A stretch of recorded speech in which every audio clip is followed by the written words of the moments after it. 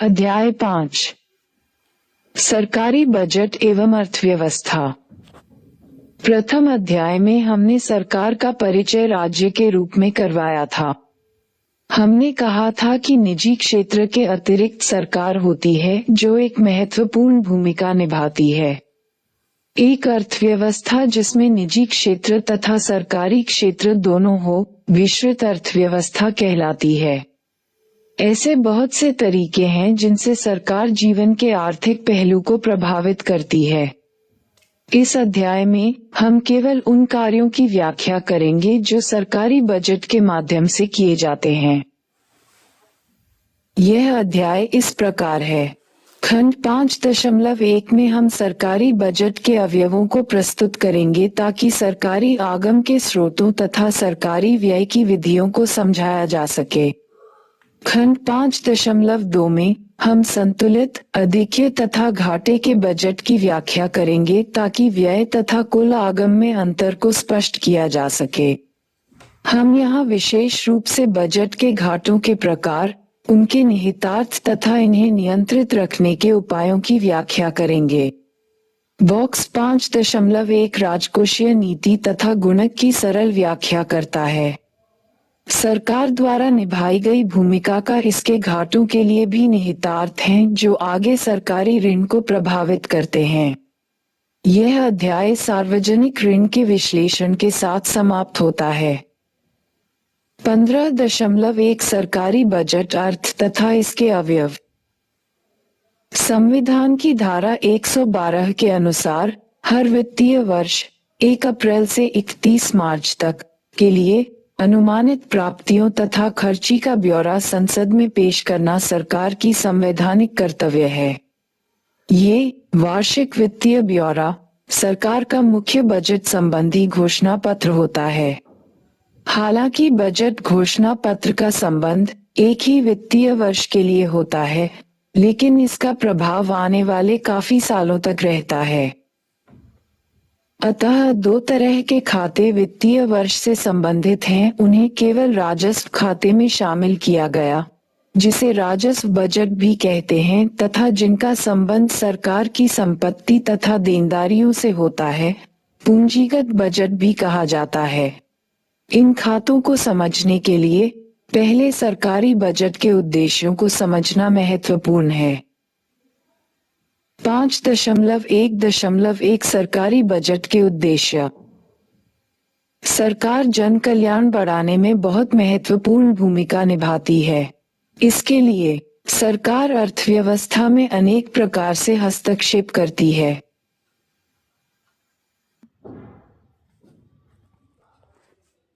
सरकारी बजट का आवंटन कार्य सरकार निश्चित वस्तुओं तथा सेवाओं को उपलब्ध करवाती है जिन्हें बाजार तंत्र के द्वारा उपलब्ध नहीं करवाया जा सकता, अर्थात उपभोक्ताओं तथा उत्पादकों में विनिमय के द्वारा उपलब्ध नहीं करवाया जा सकता। इस प्रकार की वस्तुओं के उदाहरण हैं राष्ट्रीय सुरक्षा, सड़कें तथा सरकारी प्रशासन, जिन्हें सार्वजनिक वस्तुएं कहा जाता है। ये समझने के लिए कि सार्वजनिक वस्तुओं की पूर्ति सरकार को क्यों करनी पड़ती है, हमें निजी वस्तुओं जैसे कपड़े, कार, खाद्य सामग्री तथा सार्वजनिक वस्तुओं में अंतर समझना होगा। इनमें दो मुख्य अंतर हैं। पहला तो ये कि सार्वजनिक वस्तुएं सभी के लिए उपलब्ध हैं तथा इनके लाभ किसी एक विशेष उपभोक्ता तक ही सीमित नहीं हैं। उदाहरण के लिए, यदि एक व्यक्ति चॉकलेट खाता है या कमीज पहनता है, तो ये वस्तुएं अन्य व्यक्तियों के लिए उपलब्ध नहीं रहेंगी। ये कहा जा सकता है कि इस व्यक्ति के उपभोग तथा अन्य व्यक्तियों के उपयोग में प्रतिद्वंदी संबंध है। लेकिन यदि हम सार्वजनिक पाक या वायु प्रदूषण नियंत्रित करने के उपायों की बात करें, तो इनके लाभ सभी के लिए उपलब्ध होंगे। एक व्यक्ति द्वारा एक वस्तु का उपभोग दूसरों के लिए उसके उपयोग की उपलब्धता को कम नहीं करेगा। अतः एक साथ कई लोग इनका लाभ उठा सकते हैं, अर्थात यहाँ कई लोगों का उपभोग प्रतिद्वंदात्मक नहीं होगा। दूसरे, निजी वस्तुओं के संदर्भ में जो व्यक्ति वस्तुओं के लिए भुगतान नहीं करता, उसे इनका लाभ उठाने से वंचित किया जा सकता है। यदि आप टिकट न खरीदें, तो आपको सिनेमा घर में फिल्म देखने की अनुमति नहीं मिलेगी। लेकिन सार्वजनिक वस्तुओं के संदर्भ में किसी को भी वस्तु का लाभ उठाने से वंचित करने का कोई साध्य कारगर तरीका नहीं है। इसीलिए सार्वजनिक वस्तुओं को गैर अपर्जनीय कहा जाता है। यदि कुछ उपभोक्ता भुगतान नहीं भी करते हैं तो भी सार्वजनिक वस्तुओं के लिए शुल्क एकत्रित करना कठिन ही नहीं, अपितु बहुत बार असंभव हो जाता है। इन भुगतान दिए बिना उपयोग करने वालों को मुफ्तखोर कहा जाता है। उपभोक्ता ऐच्छिक रूप से उन चीजों के लिए भुगतान नहीं करेंगे जिन्हें वे मुफ्त में प्राप्त कर सकते हैं या जिनके लिए मालिकाना अधिकार अनन्य स्पष्ट नहीं है। उत्पादक तथा उपभोक्ता के बीच भुगतान प्रक्रिया के द्वारा स्थापित होने वाली कड़ी टूट जाती है। ऐसे में इस प्रकार की वस्तुओं को उपलब्ध करवाने के लिए सरकार का आगे आना जरूरी है। सार्वजनिक प्रावधान तथा सार्वजनिक उत्पादन में अंतर होता है। वस्तुओं की सार्वजनिक क्षेत्र द्वारा अभिप्राय है कि इनका वित्तपोषण बजट के द्वारा होता है तथा बिना कोई प्रत्यक्ष भुगतान किए इनका उपयोग किया जा सकता है। सार्वजनिक वस्तुओं का उत्पादन निजी क्षेत्र के द्वारा या सरकार के द्वारा किया जा सकता है। जब वस्तुओं का उत्पादन सीधे सरकार द्वारा किया जाता है तो इसे सार्वजनिक उत्पादन कहा जाता है। सरकार द्वारा सार्वजनिक वस्तुओं की आपूर्ति को आवंटन कार्य कहा जाता है। सरकारी बजट का पुनः आवंटन कार्य। अध्याय 2 से हमें पता है कि देश की कुल राष्ट्रीय आय का प्रवाह या तो निजी क्षेत्र की ओर होता है, अर्थात फर्मों तथा घरेलू क्षेत्र की ओर, जिसे निजी आय कहा जाता है, या सरकार की ओर, जिसे सार्वजनिक आय कहा जाता है। निजी आय में से जो भाग अंततः घरेलू क्षेत्र तक पहुंचता है, उसे वैयक्तिक आय कहा जाता है तथा उसमें से जिस भाग को खर्च किया जा सकता है वह भाग प्रयोज्य आय कहलाता है। सरकारी क्षेत्र हस्तांतरण भुगतान के द्वारा तथा कर एकत्रीकरण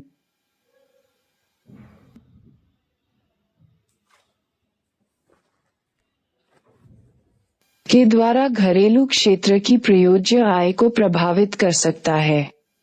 इस प्रकार सरकार आय के वितरण को परिवर्तित कर सकती है तथा समाज को आय वितरण की एक ऐसी स्थिति में पहुंचा सकती है जिसे न्याय संगत माना जाए।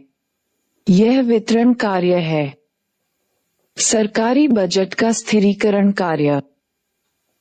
सरकार को आय तथा रोजगार में उतार चढ़ाव को भी कम करना होता है। अर्थव्यवस्था में रोजगार का तथा कीमतों का स्तर कुल मांग पर निर्भर करता है तथा कुल मांग सरकार के अतिरिक्त निजी क्षेत्र के लाखों करोड़ों कारकों के व्यक्तिगत निर्णयों पर भी निर्भर करती है। ये निर्णय भी कई कारकों जैसे आय तथा साख की उपलब्धता पर निर्भर करते हैं। किसी भी समय में ऐसा हो सकता है कि मांग का स्तर श्रम तथा अर्थव्यवस्था के अन्य संसाधनों के पूर्ण उपयोग के लिए अपर्याप्त हो। अब क्योंकि मजदूरी की दर तथा कीमतें एक स्तर के बाद और नीचे नहीं गिरती, रोजगार स्वतः अपने पूर्वकालिक स्तर पर नहीं पहुंचता। सरकार को समग्र मांग का स्तर बढ़ाने के लिए अर्थव्यवस्था में हस्तक्षेप करना पड़ता है। दूसरी ओर कई बार ऐसा भी हो सकता है कि अधिक रोजगार की स्थिति में मांग उपलब्ध उत्पादन से अधिक हो जाए, जिससे मुद्रास्फीति की संभावना हो सकती है। ऐसी स्थिति में मांग को कम करने के लिए प्रतिबंधात्मक उपायों की आवश्यकता हो सकती है। सरकार का हस्तक्षेप, चाहे वह मांग का विस्तार करने के लिए हो अथवा इसे कम करने के लिए, स्थिरीकरण कार्य कहलाता है। 5.1.2 प्राप्तियों का वर्गीकरण। राजस्व प्राप्तियां वे प्राप्तियां हैं जिनका दावा सरकार से नहीं किया जा सकता, अतः इन्हें गैर प्रतिदेय कहा जाता है। इन्हें कर तथा गैर कर राजस्व में विभाजित किया जाता है।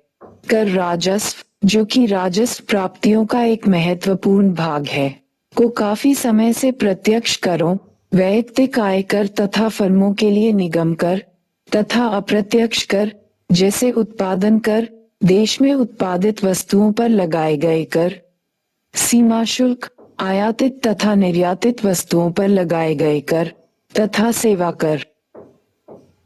अन्य प्रत्यक्ष करों जैसे संपत्ति कर, उपहार कर तथा संपत्ति शुल्क अब समाप्त से कभी भी बहुत राजस्व का संग्रह नहीं हुआ है तथा इसीलिए इन्हें कागजी कर भी कहा जाता है।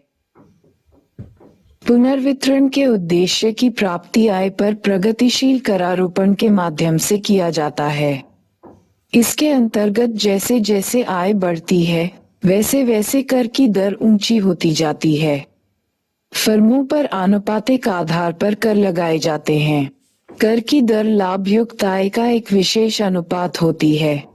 जीवन के लिए अनिवार्य वस्तुओं को उत्पाद कर से मुक्त रखा जाता है अथवा उन पर कर की दर निम्न होती है। सुख और अर्ध विलासिता की वस्तुओं पर सामान्य दर से कर लगाया जाता है, जबकि पूर्ण विलासिता संबंधी वस्तुओं, तंबाकू और पेट्रोलियम उत्पादों पर कर की दर काफी ऊंची होती है। केंद्र सरकार के गैर कर राजस्व में मुख्य रूप से केंद्र सरकार द्वारा जारी ऋण सक ब्याज प्राप्तियां, सरकार के निवेश से प्राप्त लाभांश और लाभ तथा सरकार द्वारा प्रदान की गई सेवाओं। सरकारी बजट, राजस्व बजट, पूंजीगत बजट, राजस्व बजट, राजस्व प्राप्तियां, राजस्व व्यय, कर राजस्व, गैर कर राजस्व व्यय, योजनागत राजस्व व्यय, गैर योजनागत राजस्व व्यय, पूंजीगत बजट, पूंजीगत प्राप्तियां, पूंजीगत व्यय, योजनागत पूंजीगत व्यय, गैर योजनागत पूंजीगत व्यय से प्राप्त शुल्क और अन्य प्राप्तियां आदि शामिल हैं। इसके अंतर्गत विदेशों और अंतर्राष्ट्रीय संगठनों द्वारा प्रदान किए जाने वाले नकद सहायता अनुदान भी शामिल किए जाते हैं। राजस्व प्राप्ति के आकलन में वित्त विधेयक में किए गए कर प्रस्ताव के प्रभावों पर विचार किया जाता है। पूंजीगत प्राप्तियां, सरकार को ऋणों के रूप में भी धनराशि मिलती है या संपत्ति को बेचने से भी। जिन संस्थाओं से ऋण लिया गया है उन्हें इसकी अदायगी भी करनी होती है, अतः ऋणों से देयता पैदा होती है। इसी प्रकार सरकारी संपत्ति की बिक्री, जैसे सार्वजनिक क्षेत्र के उपक्रमों द्वारा अपने शेयरों, अंशों की बिक्री, जिसे सार्वजनिक क्षेत्र के उपक्रमों का विनिवेश भी कहते हैं, से सरकार की वित्तीय संपत्तियों की मात्रा कम हो जाती है। सरकार की ऐसी सभी प्राप्तियां जिनसे देयता पैदा हो या वित्तीय संपत्तियों कम हो, पूंजीगत प्राप्तियां कहलाती हैं। जब सरकार नए ऋण लेती है तो इसका अर्थ यह है कि इस ऋण को लौटाया जाएगा और इन पर बयान दिया जाएगा। इसी भांति जब सरकार किसी आस्ति को बेचती है तो इसका अर्थ है कि भविष्य से इससे आय समाप्त हो जाएगी। इस प्रकार ये प्राप्तियां ऋण उत्पादक या गैर ऋण उत्पादक हो सकती हैं। 5.1.3 पूंजीगत लेखा। राजस्व व्यय केंद्र सरकार का भौतिक या वित्तीय परिसंपत्तियों के सृजन के अतिरिक्त अन्य उद्देश्यों के लिए किया गया व्यय है।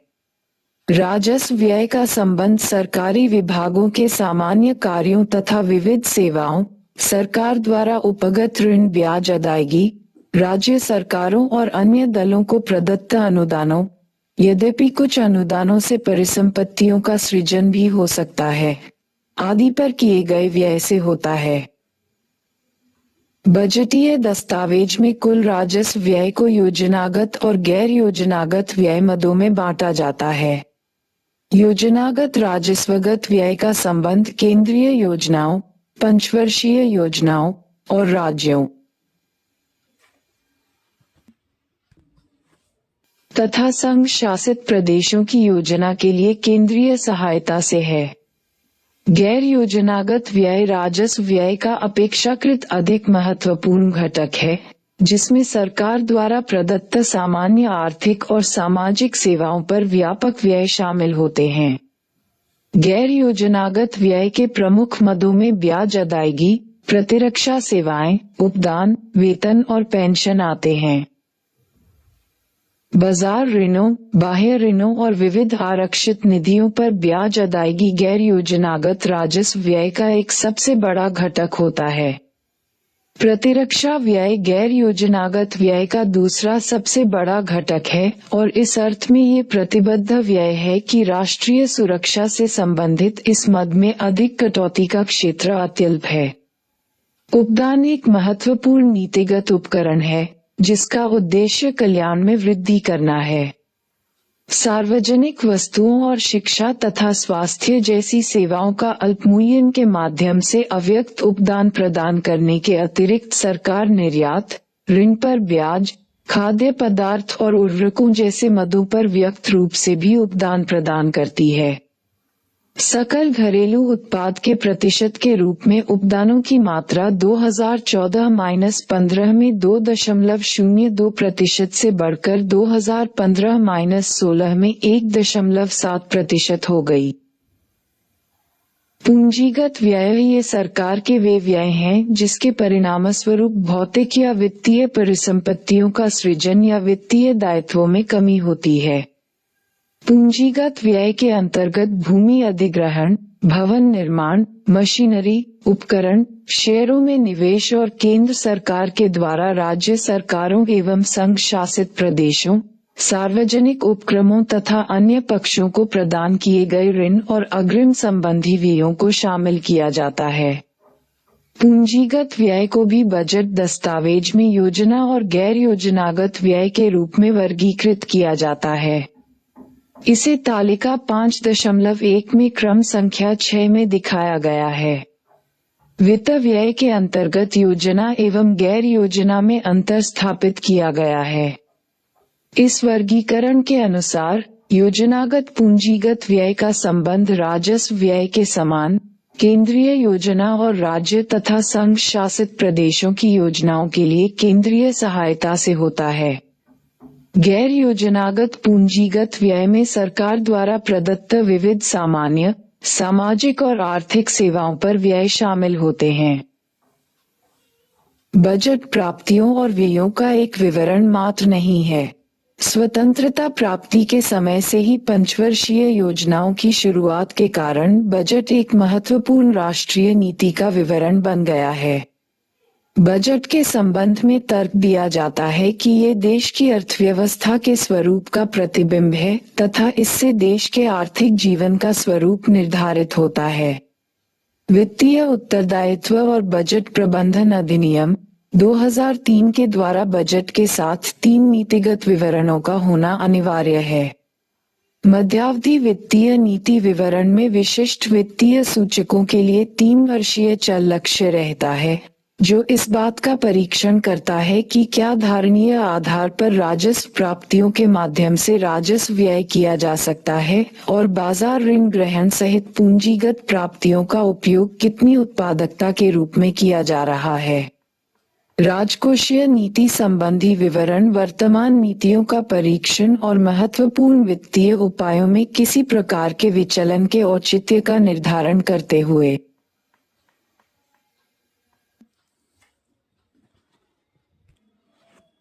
वित्तीय क्षेत्र में सरकार के प्राथमिकताओं को तय करता है। समष्टि अर्थशास्त्रीय रूपरेखा संबंधी विवरण में सकल घरेलू उत्पाद वृद्धि दर, केंद्र सरकार के वित्तीय संतुलन और बाह्य संतुलन के संबंध में अर्थव्यवस्था के भविष्य का आकलन किया जाता है।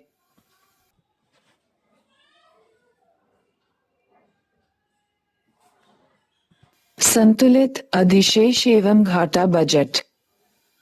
सरकार जमा आय के बराबर राशि खर्च कर सकती है। इसे संतुलित बजट के रूप में जाना जाता के माध्यम से राशि प्राप्त करना पड़ेगा, जब कर से प्राप्त राशि आवश्यक आय से अधिक होती। है। अगर इससे ज्यादा खर्च करने की जरूरत पड़ती है तो बजट को संतुलित रखने के लिए करों है, तो इसे बजट अधिशेष कहा जाता है। हालांकि मुख्यतः ऐसी भी स्थिति होती है जब व्यय राजस्व से अधिक हो। ये तब होता है जब सरकार घाटा वाली बजट को चलाती है।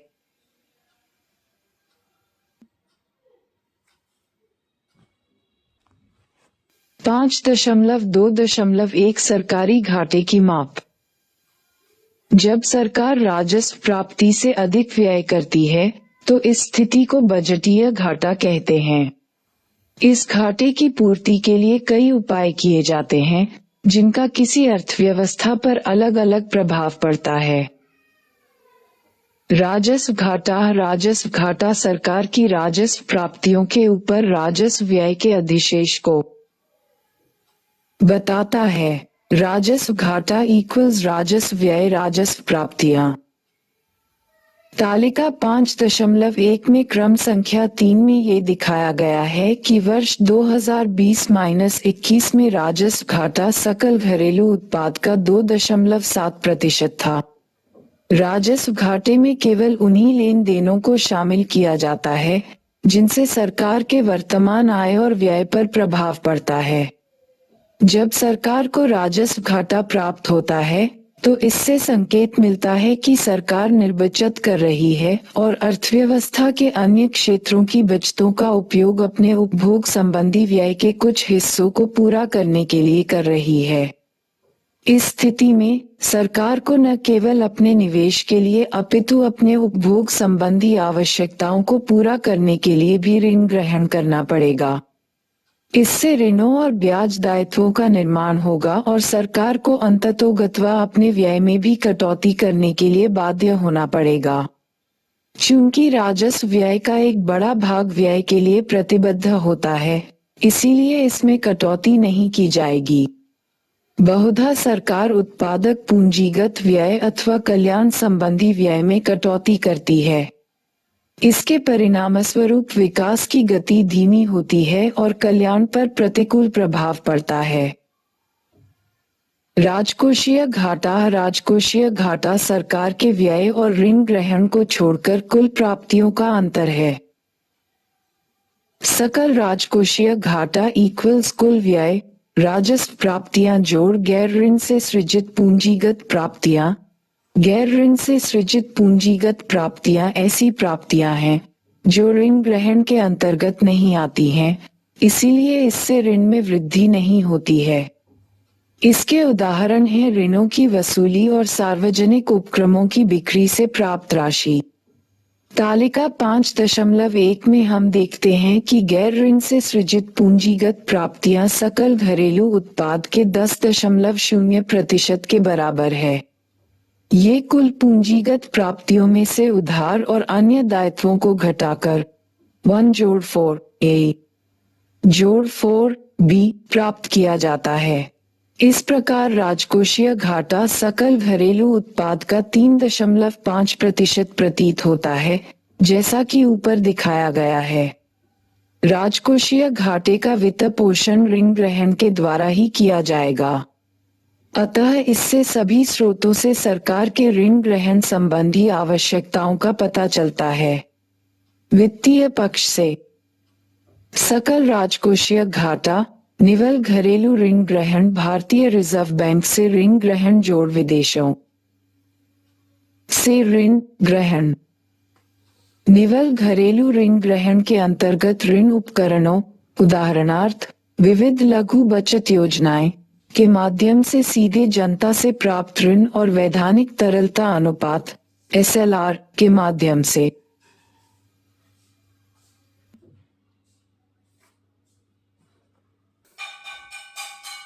अप्रत्यक्ष रूप से व्यावसायिक बैंकों से प्राप्त ऋण आते हैं। सकल राजकोषीय घाटा अर्थव्यवस्था के स्थायित्व और सार्वजनिक क्षेत्र की सुदृढ़ वित्तीय व्यवस्था के लिए एक निर्णायक चर है। इस प्रकार सकल राजकोषीय घाटा को मापा जा सकता है। जैसा कि ऊपर देखा गया है, राजस्व घाटा राजकोषीय घाटा का एक भाग है। राजकोषीय घाटा इक्वल्स राजस्व घाटा जोड़ पूंजीगत व्यय गैर ऋण से सृजित पूंजीगत प्राप्तियां। राजकोषीय घाटे में राजस्व घाटे का एक बड़ा अंश ये दर्शाता है कि उधार का एक बड़ा हिस्सा उपभोग व्यय के लिए उपयोग किया जाता है, न कि निवेश के लिए। प्राथमिक घाटा ध्यातव्य है कि सरकार की ऋण ग्रहण आवश्यकताओं में संचित ऋण पर दायित्व शामिल होते हैं। प्राथमिक घाटे के माप का लक्ष्य वर्तमान राजकोषीय असंतुलन पर प्रकाश डालना है। वर्तमान व्यय के राजस्व से अधिक होने के कारण होने वाले ऋण ग्रहण के आकलन के लिए हम प्राथमिक घाटे की परिकल्पना करते हैं। सरल भाषा में यह वह शेष है जो राजकोषीय घाटे में से ब्याज अदायगी को घटाने पर प्राप्त होता है। सकल प्राथमिक घाटा, सकल राजकोषीय घाटा, निवल ब्याज दायित्व। निवल ब्याज दायित्वों में निवल घरेलू परिदाय पर सरकार द्वारा प्राप्त ब्याज प्राप्तियों से ब्याज अदायगी करने पर शेष राशि आती है। राजकोषीय नीति। कीस की पुस्तक the general theory of employment, interest and money में प्रतिपादित विचारों में मुख्य रूप से ये भी है कि सरकार की राजकोषीय नीति का प्रयोग निर्गत और रोजगार के स्तर को स्थिर करने के लिए किया जाना चाहिए। व्यय और करों में परिवर्तनों के माध्यम से सरकार निर्गत और आय में वृद्धि करने का प्रयास करती है, जिसका उद्देश्य अर्थव्यवस्था के उच्चावचन को स्थिर करना होता है। इस प्रक्रिया में राजकोषीय नीति से एक आधिक्य, जब कुल प्राप्तियां व्यय से अधिक होती हैं, अथवा एक संतुलित बजट, जब व्यय और प्राप्तियां बराबर हों, के बजाय एक घाटे के बजट का सृजन होता है। आय निर्धारण के पूर्व विश्लेषण में सरकारी क्षेत्र को शामिल करने से उत्पन्न प्रभावों का अध्ययन हम आगे करेंगे। सरकार दो विशिष्ट विधियों से प्रत्यक्ष रूप से संतुलित आय के स्तर पर प्रभाव डालती है। सरकार द्वारा क्रय की गई वस्तुओं और सेवाओं जी से समस्त मांग में वृद्धि होती है और करों तथा अंतरणों से आय वाय और प्रयोज्य आय यद परिवार के उपभोग और बचत के लिए उपलब्ध आय डी का संबंध प्रभावित होता है। सर्वप्रथम हम करों को लें। हम कल्पना करते हैं कि सरकार जो कर लगाती है वह आय पर निर्भर नहीं करता है। इसे एकमुश्त कर कहते हैं, जो टी के बराबर होता है। हम कल्पना करते हैं कि पूरे विश्लेषण में सरकार एक नियत मात्रा में अंतरण तैयार करती है। अब उपभोग फलन इस प्रकार है।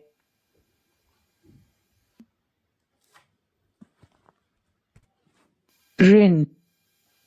बजटीय घाटे के लिए वित्त पोषण या तो करारोपण या ऋण अथवा नोट छाप कर किया जाना चाहिए। सरकार प्रायः ऋण ग्रहण पर आश्रित रहती है, जिसे सरकारी ऋण कहते हैं। घाटे और ऋण की संकल्पनाओं में निकट संबंध होता है। घाटे को एक प्रवाह के रूप में समझा जा सकता है, जिससे ऋण के स्टॉक में वृद्धि होती है। यदि सरकार का ऋण ग्रहण एक वर्ष के बाद दूसरे वर्ष भी जारी रहता है, तो इससे ऋण का संचय होता है और सरकार को ब्याज के रूप में अधिक से अधिक भुगतान करना पड़ता है। इस ब्याज अदायगी से ऋण की मात्रा में स्वयं का योगदान होता है।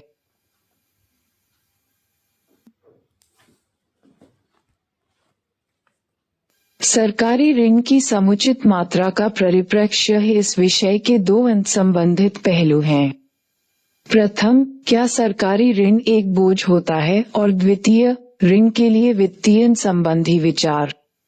ऋण बोझ की चर्चा करते समय ये ध्यान रहे कि सरकारी ऋण छोटे व्यापारी के ऋण के जैसा नहीं होता। अतः हमें समस्त रूप से विचार करना चाहिए, न कि आंशिक रूप से किसी व्यापारी के विपरीत। सरकार करारोपण के द्वारा और नोट छापकर संसाधनों में वृद्धि कर सकती है। ऋण ग्रहण कर सरकार उपभोग का बोझ कम करने के लिए अगली पीढ़ी को हस्तांतरित कर देती है, क्योंकि सरकार आज बंधपत्र जारी कर जनता से जो ऋण ग्रहण करती है और उसका भुगतान लगभग 20 वर्ष बाद कर में वृद्धि करके कर सकती है। ये कर उन युवा आबादी पर लगाए जा सकते हैं जिसने अभी काम करना आरंभ ही किया है। उनकी प्रयोज्य आय में ह्रास होगा और इस प्रकार उपभोग में भी कमी आएगी। अतः ऐसा तर्क दिया जाता है कि राष्ट्रीय बचत में गिरावट आएगी। इसके अतिरिक्त जनता से सरकार द्वारा ऋण ग्रहण करने से निजी क्षेत्र के लिए उपलब्ध बचत में भी कमी आएगी। इससे कुछ हद तक पूंजी निर्माण और वृद्धि में भी कमी आएगी, क्योंकि ऋण को अगली पीढ़ी पर बोझ के रूप में देखा जाता है। परंपरागत तौर पर ये तर्क दिया जाता है कि जब सरकार कर में कटौती करती है और घाटे का बजट बनाती है, तो उपभोक्ता अधिक व्यय करके कर से बचने वाली आय का इस्तेमाल करता है। संभव है कि लोग अल्पदृष्टा हों और बजटीय घाटे के निहितार्थ को नहीं समझते हों। वे नहीं समझ सकते हैं कि भविष्य में किसी समय सरकार को ऋण और संचित ब्याज का भुगतान करने के लिए करों में वृद्धि करनी पड़ेगी। इस बात की समझ होने के बाद भी वे भविष्य में करों का बोझ अपने ऊपर पड़ने की आशा नहीं करते, बल्कि उम्मीद करते हैं कि यह अगली पीढ़ियों पर पड़ेगा। इसके विरुद्ध तर्क ये है कि उपभोक्ता अग्रदर्शी होते हैं और उनका व्यय न केवल वर्तमान आय पर निर्भर करता है, बल्कि वे भविष्य में होने वाली आय की आशा से भी व्यय करते हैं। वे समझेंगे कि आज ऋण लेने से भविष्य में कर उच्च होगा। पुनः उपभोक्ता आने वाली पीढ़ी के बारे में भी चिंतित रहते हैं, क्योंकि आने वाली पीढ़ियां वर्तमान पीढ़ी के ही बच्चे या नाती पोते होते हैं और परिवार, जो इस संबंध में निर्णय लेने वाली एक इकाई है, हमेशा विद्यमान रहता है। वे अब अपनी बचत में वृद्धि करेंगे, जिससे सरकार की निर्बचत में वृद्धि पूर्ण रूप से प्रतिसंतुलित हो जाएगी और इससे राष्ट्रीय बचत में कोई परिवर्तन नहीं होगा।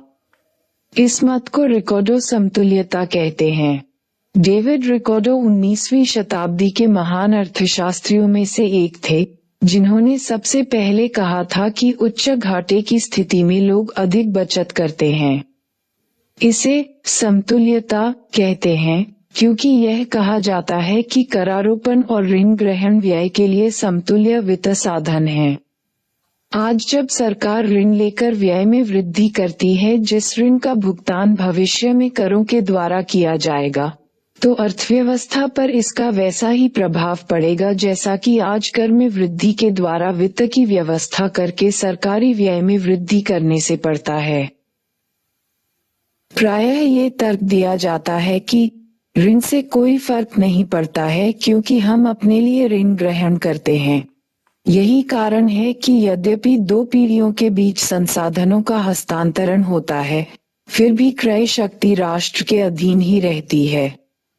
किंतु विदेशियों से लिया गया कोई भी ऋण एक बोझ होता है, क्योंकि हमें ब्याज अदायगी के अनुरूप वस्तुएं विदेश भेजनी पड़ती हैं।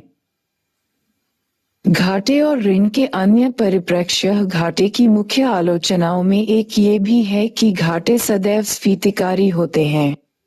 ऐसा इसलिए है क्योंकि जब सरकार व्यय में वृद्धि अथवा करों में कटौती करती है, तो समस्त मांग में वृद्धि होती है।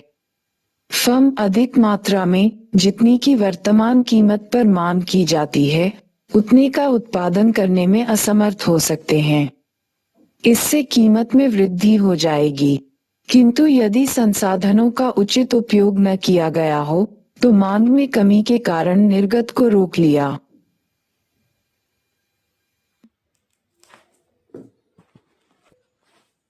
जाता है। उच्च राजकोषीय घाटे के साथ मांग ऊंची और निर्गत अत्यधिक होते हैं। इसीलिए इसके स्फीतिकारी होने की आवश्यकता नहीं होती है।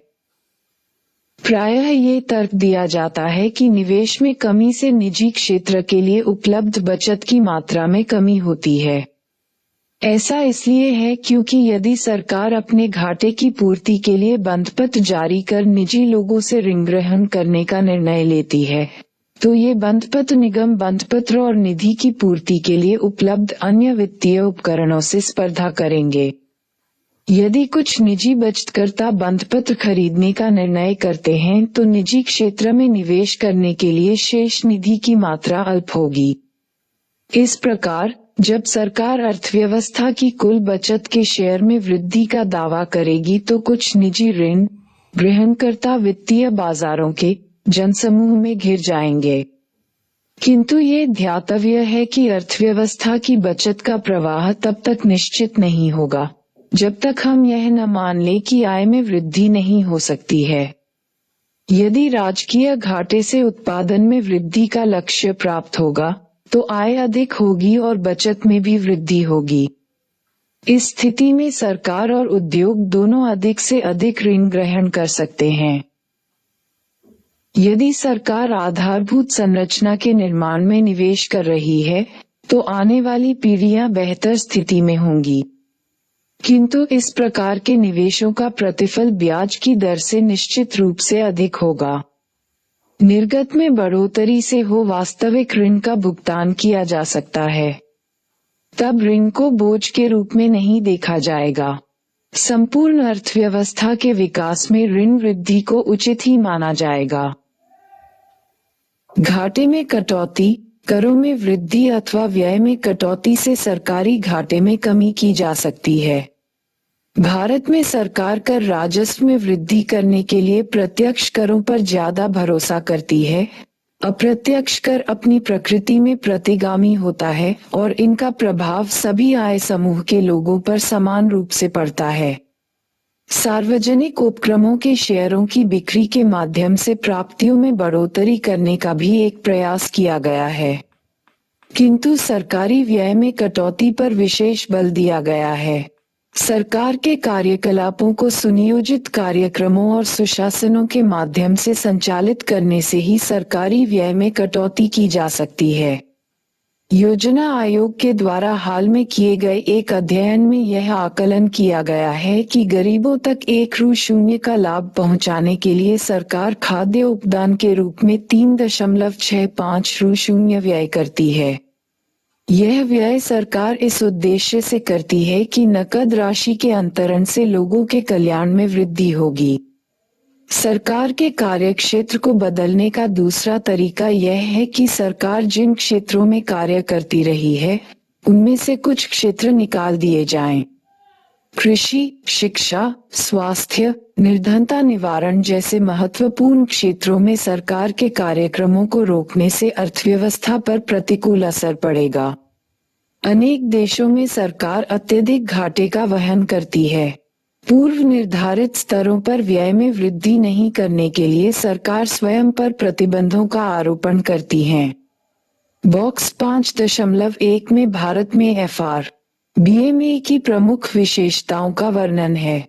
उपरोक्त कारकों को ध्यान में रखते हुए इनका परीक्षण करना होगा। हमें ये ध्यान रखना होगा कि बृहत्तर घाटा हमेशा अधिक विस्तारित राजकोषीय नीति का परिणाम नहीं होता है। समान राजकोषीय नीतियां बड़े अथवा छोटे दोनों ही प्रकार के घाटों को जन्म दे सकती हैं, जो अर्थव्यवस्था की स्थिति पर निर्भर करता है। उदाहरणार्थ, यदि किसी अर्थव्यवस्था में आमदनी और सकल घरेलू उत्पाद में गिरावट देखने को मिलती है, तो इसका कारण है कि फर्म और परिवार की जब आय कम होती है, तो वे कम कर अदा करते हैं। तात्पर्य यह है कि आमदनी की स्थिति में घाटे में बढ़ोतरी होती है तथा तेजी की स्थिति में कमी, जबकि राजकोषीय नीति में कोई परिवर्तन नहीं होता है।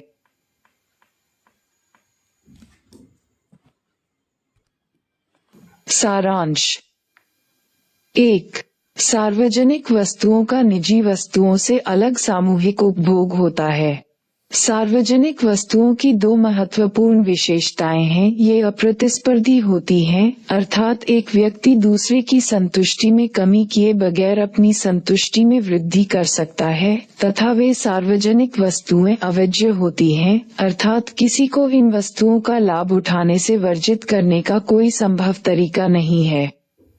इससे इनके उपयोग का शुल्क संग्रह करना कठिन होता है तथा निजी उद्यम आमतौर पर ऐसी वस्तुओं को मुहैया नहीं कराते हैं। अतः सरकार ही सार्वजनिक वस्तुएं प्रदान करती है। 2. ये तीन फलन आवंटन, पुनर्वितरण और स्थिरीकरण, इन तीनों के कार्यों का संचालन सरकार के व्यय एवं प्राप्तियों के माध्यम से होता है। 3. बजट में सरकार की प्राप्तियों एवं व्यय का विवरण होता है। वर्तमान वित्तीय आवश्यकताओं और देश के पूंजीगत स्टॉक में निवेश के बीच भेद करने की दृष्टि से बजट को दो भागों में विभक्त किया जाता है। 1. राजस्व बजट, पूंजीगत बजट में गिरावट प्रदर्शित होती है। 4. राजकोषीय घाटे के प्रतिशत में राजस्व घाटे की वृद्धि से निम्न पूंजी निर्माण सहित सरकारी व्यय की प्रकृति। 15. आनुपातिक करों से स्वायत्त व्यय गुणक कम होता है क्योंकि करों के बाद शेष आय में से सीमांत उपभोग प्रवृत्ति में कमी आ जाती है। 6. यदि सार्वजनिक ऋण से भविष्य में निर्गत में वृद्धि प्रभावित होती है तो यह एक प्रकार का बोझ है।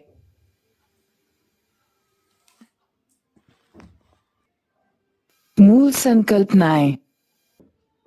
सार्वजनिक वस्तुएं, आभ्यंतरिक स्थिरक, स्वनिर्णयगत राजकोषीय नीति, रिकॉर्डों की समतुल्यता, राजकोषीय उत्तरदायित्व और बजटीय प्रबंधन अधिनियम 2003 FRBMA। बहुदलीय संसदीय प्रणाली में व्यय संबंधी नीतियों के निर्धारण में निर्वाचकों की महत्वपूर्ण भूमिका होती है। ये तर्क दिया जाता है कि विधायी प्रावधान जो सरकार के वर्तमान और भविष्य सब पर लागू होता है, घाटों को नियंत्रित करने में प्रभावकारी होता है।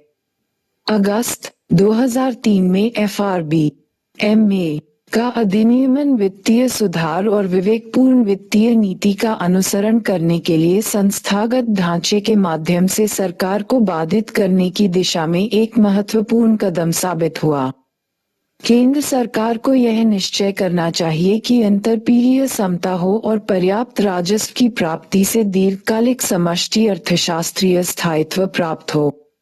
मौद्रिक नीति के राजकोषीय बाधा को दूर करते हुए और घाटे तथा ऋण ग्रहण को सीमित करते हुए प्रभावकारी ऋण प्रबंध हो। इस अधिनियम के नियमों को जुलाई 2004 के प्रभाव से अधिसूचित किया गया। मुख्य विशेषताएं। 1. यह अधिनियम केंद्र सरकार को राजकोषीय घाटा में सकल घरेलू उत्पाद के 3% तक और कमी करने के समुचित उपाय करने का आदेश देता है, जिससे 31 मार्च 2009 तक का राजस्व घाटे को दूर किया जाए और उसके बाद पर्याप्त राजस्व आधिक्य का निर्माण हो।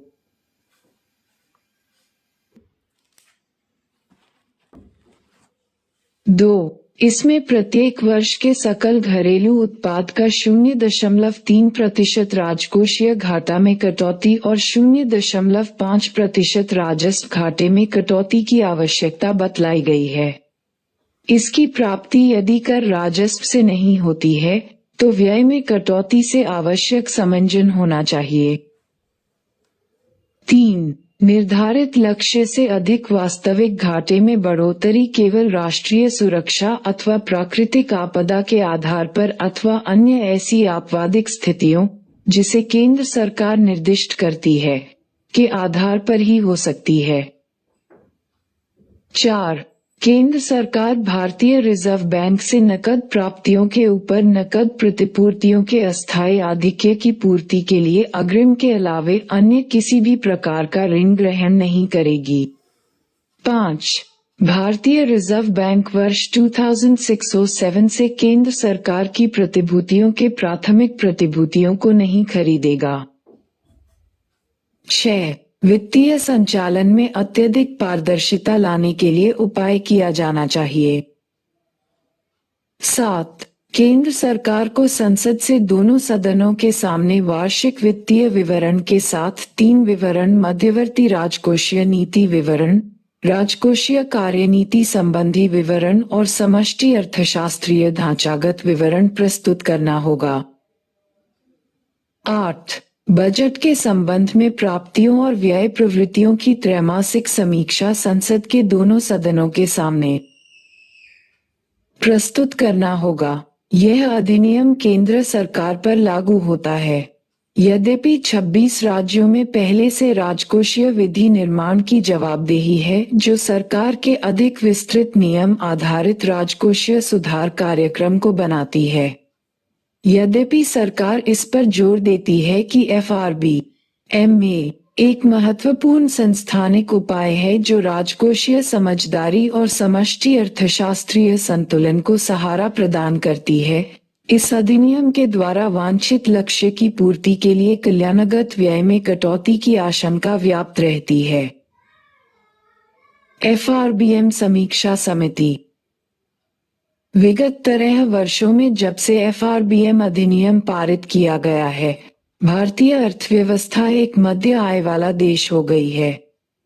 FRBM के पारित होने के समय ये सामान्य धारणा थी कि राजकोषीय नियम स्वेच्छा से बेहतर है, लेकिन तब से विकसित राष्ट्र इस धारणा से आगे निकल गए हैं। लेकिन भारत में सरकार ने FRBM में निहित राजकोषीय सिद्धांतों में अपना विश्वास सत्य घोषित कर दिया है। इसलिए 2003 में स्थापित संक्रियात्मक ढांचे को बनाए रखने के लिए समर्थन प्राप्त है और इसे भारत के बदलते हुए परिदृश्य के अनुसार बदलना और भविष्य में विकास पथ को भी ध्यान में रखना, यह वह कार्य है जो FRBM समीक्षा समिति को दिया गया है। बॉक्स 5.3 वस्तु एवं सेवा कर, एक राष्ट्र एक कर एक बाजार, जुलाई 2017 से लागू किया गया। वस्तु एवं सेवा कर उत्पाद को सेवा प्रदायकों से सीधे ही वस्तु एवं सेवाओं की पूर्ति पर लगाया गया एकल व्यापक अप्रत्यक्ष कर है। ये गंतव्य आधारित उपभोग कर है जिस पर पूर्ति श्रृंखला में आगत जमा की सुविधा प्राप्त है। यह एक ही प्रकार की वस्तुओं सेवाओं पर एक ही दर वाला पूरे भारत में लागू कर है। इससे बहुत बड़ी संख्या में केंद्रीय एवं राज्यकीय करों और उपकरों को मिला लिया है। इसने वस्तुओं और सेवाओं पर करों को जो वस्तुओं के उत्पादन, बिक्री अथवा सेवाओं के प्रदान करने पर लगाए जाते थे, प्रतिस्थापित कर दिया है।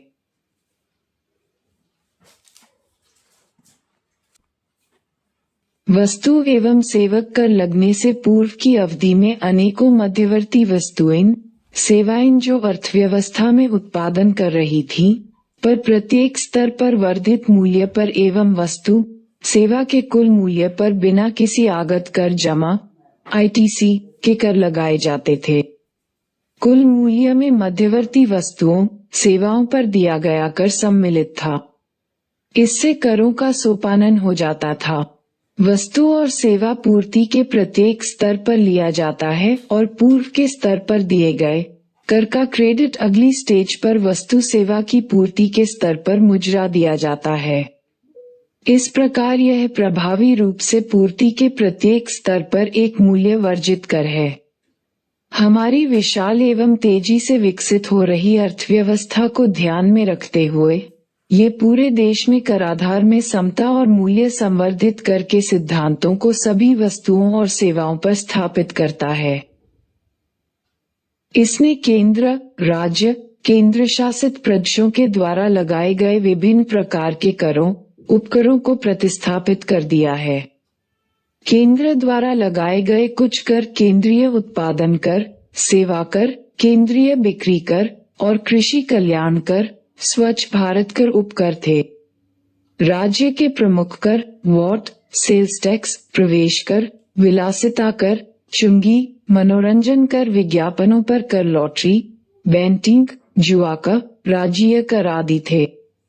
ये सब वस्तु एवं सेवा में समाहित हो गए हैं। वस्तुओं पर वर्तमान में पेट्रोलियम पदार्थों को वस्तु एवं सेवा कर से बाहर रखा गया है, लेकिन समय बीतने के साथ इन्हें भी वस्तु एवं सेवा कर में समाहित कर दिया जाएगा। मानव उपयोग के लिए मादक पेयों पर राज्य सरकारें वस्तु और सेवा कर लगाती रहेगी। तंबाकू तथा तंबाकू पदार्थों पर वस्तु एवं सेवा कर तथा केंद्रीय उत्पादन कर दोनों लगेंगे। वस्तु एवं सेवा कर के अंतर्गत पूरे देश में वस्तुओं और अथवा वस्तुओं पर 6 मानक दरें जैसे 0%, 3%, 5%, 12%, 18% तथा 28% लागू होंगी। स्वतंत्रता के पश्चात वस्तु एवं सेवा कर देश में सबसे बड़ा कर सुधार है जो 30 जून 1 जुलाई 2017 की अर्धरात्रि को संसद के द्वारा देश में लागू किया गया। 11वें संविधान संशोधन अधिनियम को 8 सितंबर 2016 को राष्ट्रपति की स्वीकृति मिली। इस संशोधन से संविधान में धारा 246A शामिल हुआ, जिसने संसद तथा राज्यों की विधानसभाओं का वस्तुओं एवं सेवा कर संबंधी कानून बनाने का अधिकार प्रदान किया। इसके पश्चात वस्तुओं सेवा कर के लिए जीएसटी एक्ट, यूटीजीएसटी एक्ट और एसजीएसटी एक्ट पारित किए गए। अधिनियम, प्रक्रियाएं और पूरे भारत में करों की दरों का मानकीकरण हो गया है। इसने वस्तुओं और सेवाओं के आवागमन की स्वतंत्रता को सुविधाजनक बना दिया है और पूरे भारत में एक कॉमन बाजार का सृजन कर दिया है। इसका उद्देश्य व्यावसायिक लागत और उपभोक्ताओं पर विभिन्न करों के सोपानन प्रभाव को कम करना है। इसने उत्पादन की कुल लागत को कर दिया है, जो घरेलू तथा अंतर्राष्ट्रीय बाजारों में भारतीय वस्तुओं एवं सेवाओं और अधिक प्रतियोगी बनाएंगी। इससे आर्थिक विकास बढ़ेगा क्योंकि सकल घरेलू उत्पाद जीडीपी में कोई 2% की वृद्धि होगी। कर अनुपालन भी अधिक होगा क्योंकि कर अदायगी संबंधी सेवाएं जैसे पंजीकरण, रिटर्न भरना, कर अदायगी सभी एक सामान्य पोर्टल www.gst.gov.in पर ऑनलाइन उपलब्ध हैं। इसने कर आधार को विस्तृत कर दिया है, कर व्यवस्था में अधिक पारदर्शिता ला दी है, सरकार और करदाताओं के बीच मानवंत प्रदेश को कम कर दिया है और व्यवसाय करने की सुविधा को बढ़ावा दे रही है। 1. सार्वजनिक वस्तु सरकार के द्वारा ही प्रदान की जानी चाहिए। क्यों? व्याख्या कीजिए। 2. राजस्व व्यय और पूंजीगत व्यय में भेद कीजिए। 3. राजकोषीय घाटा से सरकार को ऋण ग्रहण की आवश्यकता होती है, समझाए। 4. राजस्व घाटा और राजकोषीय घाटा में संबंध बताए। 5. मान लीजिए कि एक विशेष अर्थव्यवस्था में निवेश 200 के बराबर है, सरकार के क्रय की मात्रा 150 है, निवल कर अर्थात एकमुश्त कर से अंतरण को घटाने पर 100 है और उपभोग C = 100 जोड़ 0 75 वाय दिया हुआ है, तो संतुलन आय का स्तर क्या है? B. सरकारी व्यय गुणक और कर गुणक के मानों की गणना करें। C. यदि सरकार के व्यय में 200 की बढ़ोतरी होती है तो संतुलन आय में क्या परिवर्तन होगा? 6. एक ऐसी अर्थव्यवस्था पर विचार कीजिए जिसमें निम्नलिखित फलन है। C = 20 जोड़ 0 80y, I = 30, G = 50, TR = 100। आय का संतुलन स्तर और मॉडल में स्वायत्त व्यय गुणक ज्ञात कीजिए। B. यदि सरकार के व्यय में 30 की वृद्धि होती है तो संतुलन आय पर क्या प्रभाव पड़ेगा? C. यदि एकमुश्त कर 30 जोड़ दिया जाए जिससे सरकार के क्रय में बढ़ोतरी का भुगतान किया जा सके तो संतुलन आय में किस प्रकार का परिवर्तन होगा? 7. उपर्युक्त प्रश्न में अंतरण में 10 की वृद्धि और एकमुश्त करों में 10 की वृद्धि का निर्गत पर पड़ने वाले प्रभाव की गणना करें। दोनों प्रभावों की तुलना करें। 8. हम मान लेते हैं कि C = 70 जोड़ 0.70 यड, I = 90, G = 100, T = 0, 10y। A. संतुलन आय ज्ञात कीजिए। B. संतुलन आय पर कर राजस्व क्या है? क्या सरकार का बजट संतुलित बजट है? 9. मान लीजिए कि सीमांत उपभोग प्रवृत्ति 0.75 है और आनुपातिक आय कर 20% है।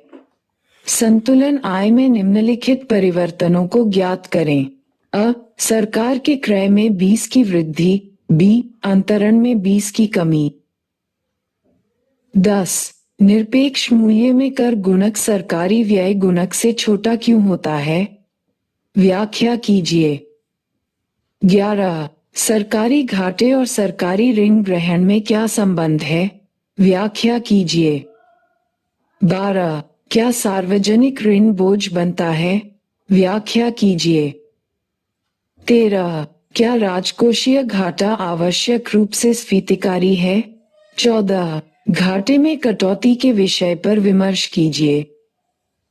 15. वस्तु एवं सेवा कर (जीएसटी) से आप क्या समझते हैं? पुरानी कर व्यवस्था के मुकाबले जीएसटी व्यवस्था कितनी श्रेष्ठ है? इसकी श्रेणियों की व्याख्या कीजिए।